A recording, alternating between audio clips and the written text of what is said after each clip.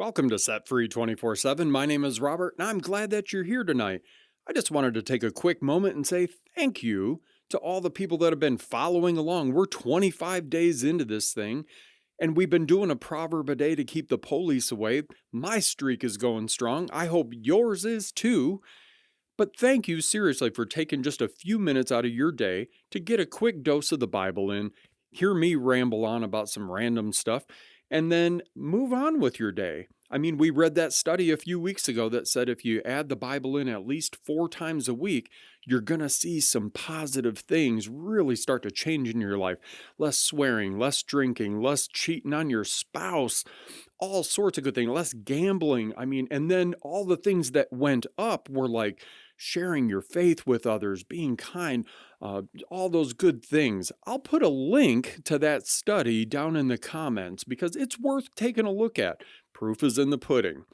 But let's see what we got here for Proverbs chapter 25 today. This is Further Wise Sayings of King Solomon. It's titled The Right Word at the Right Time. So there are also these Proverbs of Solomon collected by the scribes of Hezekiah, king of Judah. God delights in concealing things, scientists delight in discovering things.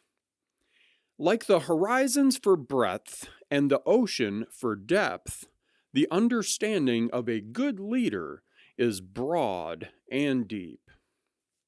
Remove impurities from the silver, and the silversmith can craft a fine chalice. Remove the wicked from leadership, and authority will be credible and God-honoring. Don't work yourself into the spotlight. Don't push your way into the place of prominence. It's better to be promoted to a place of honor than face humiliation by being demoted. Don't jump to conclusions. There may be a perfectly good explanation for what you just saw. In the heat of an argument, don't betray confidences. Word is sure to get around, and no one will trust you. The right word at the right time is like a custom-made piece of jewelry, and a wise friend's timely reprimand is like a gold ring slipped on your finger. Reliable friends who do what they say are like cool drinks in sweltering heat, refreshing. Like billowing clouds that bring no rain is the person who talks big but never produces. Patient persistence pierces through indifference. Gentle speech breaks down rigid defenses. This next section is titled A Person Without Self-Control. When you're given a box of candy, don't gulp it all down. Eat too much chocolate and you'll make yourself sick. And when you find a friend, don't outwear your welcome. Show up at all hours and he'll soon get fed up with you. Anyone who tells lies against the neighbors in court or on the street is a loose cannon.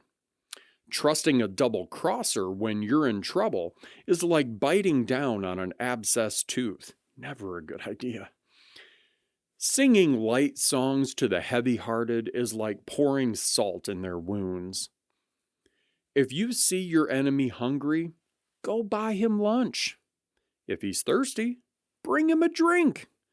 Your generosity will surprise him with goodness, and God will look after you.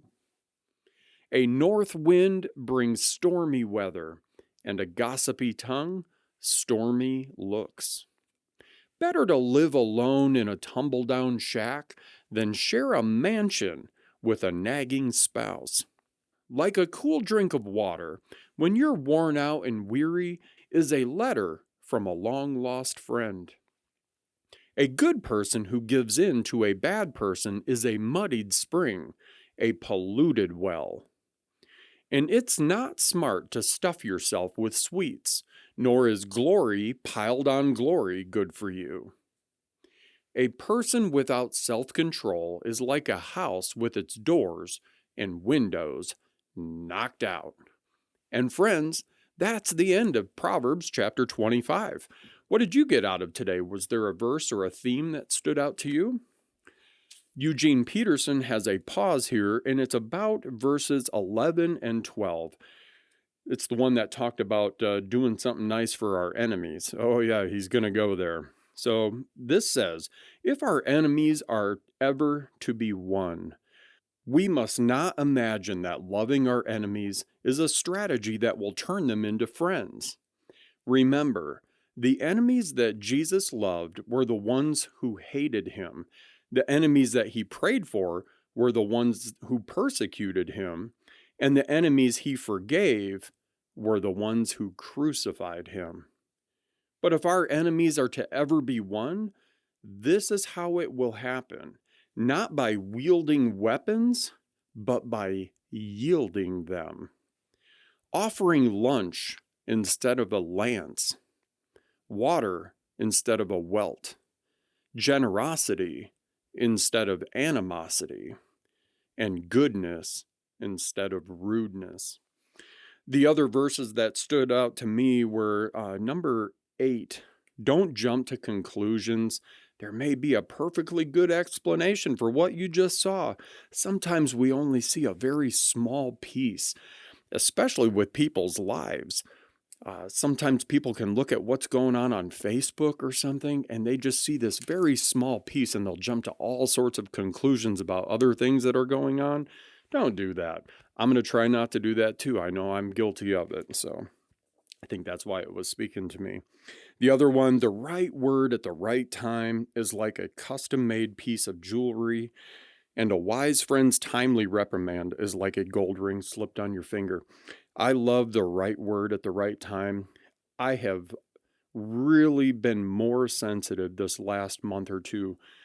When I feel something like say this to somebody, I just go right ahead and say it. And 10 times out of 10, that person has said, oh, that meant so much to me, or thank you for speaking that to me, or thank you for that encouragement. That was something I was thinking about earlier. So you never know when God is trying to give someone else a confirmation, and it's the words that are in your mouth that need to do that for them. So I'd encourage you, just follow that. If you feel that, it can be uncomfortable at first, but man, practice it, see what happens. And friends, that's all I got for today. That's the end of Proverbs chapter 25. I'm happy that you joined along again today. I hope that your week is going good for you, wherever you may be, and whatever day it is that you may be watching this. So if you need any prayer, drop it down in the comments. I'd be more than happy to pray for you. But give this episode a like, a share, always the prayer, and I will see you tomorrow for Proverbs chapter 26. Have a great night.